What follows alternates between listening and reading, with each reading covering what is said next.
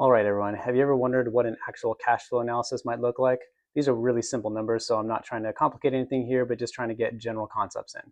So you can see on the left, example number one is what I think most gurus and courses will be selling. I've even heard real estate agents talk about this, where they say it's just the rent minus the mortgage, and then they say, oh, $900 is your cash flow. But as you can see, look at all the things that they might be missing, like vacancy, maintenance, capex.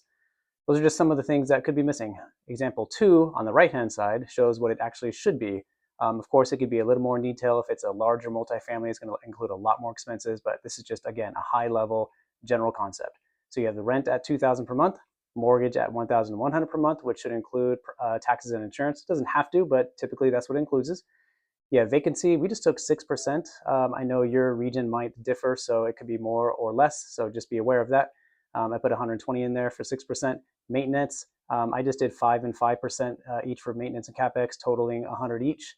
And then we got property management. Most people will have property management in place, but if you don't, that's good for you. But they'll normally charge about 10% of rent, so that's where we get 200 from.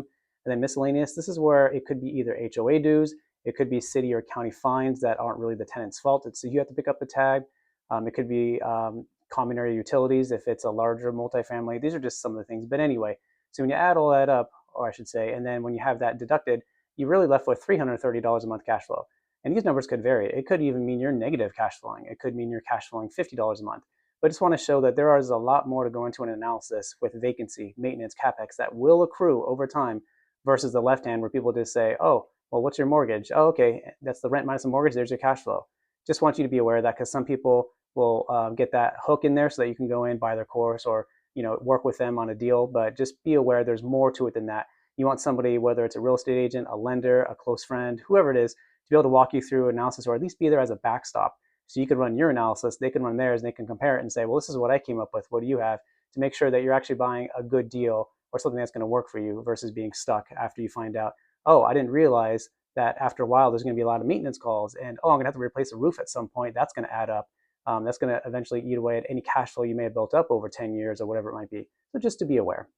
Now, to add on to this, what I also did here is drew a little example of being able to use a HELOC. So we're in the process of doing another loan. So a HELOC from our primary residence or investment property. So what we're doing now is we actually have it on an investment property. We just want to be able to make sure that we're using that equity. So we've built up a significant amount of equity in one of our properties. And instead of it being dead to us, more or less, we could sell it, get that the sales proceeds, and use it to invest in another property. We could do a refinance, but also the refinance will lock us into a rate that we might not want right now. And so the other option is to use a HELOC, which is a line of credit. You can get it on that property, and you can get it to buy another property. I wouldn't suggest using that for the entire down payment, but if you can come up with like a creative way to do it to where it covers maybe most of the down payment, or if you're doing a BRRRR, it can help do the down payment and part of the rehab or all the rehab.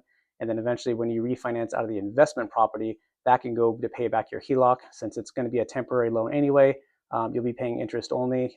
Also check with your loan officer to make sure you know all the details of your HELOC, but that's typically how it works so that you can use your actual residence, whether it's primary residence or an investment property, to be useful for you. That way you don't have to sell it or have it just sit being tied up in the property. So hopefully this draws some simple analysis on rental properties so you know that you can be getting a good deal. And then also what to use with that extra equity. You have the cash flow coming in at roughly $330 per month.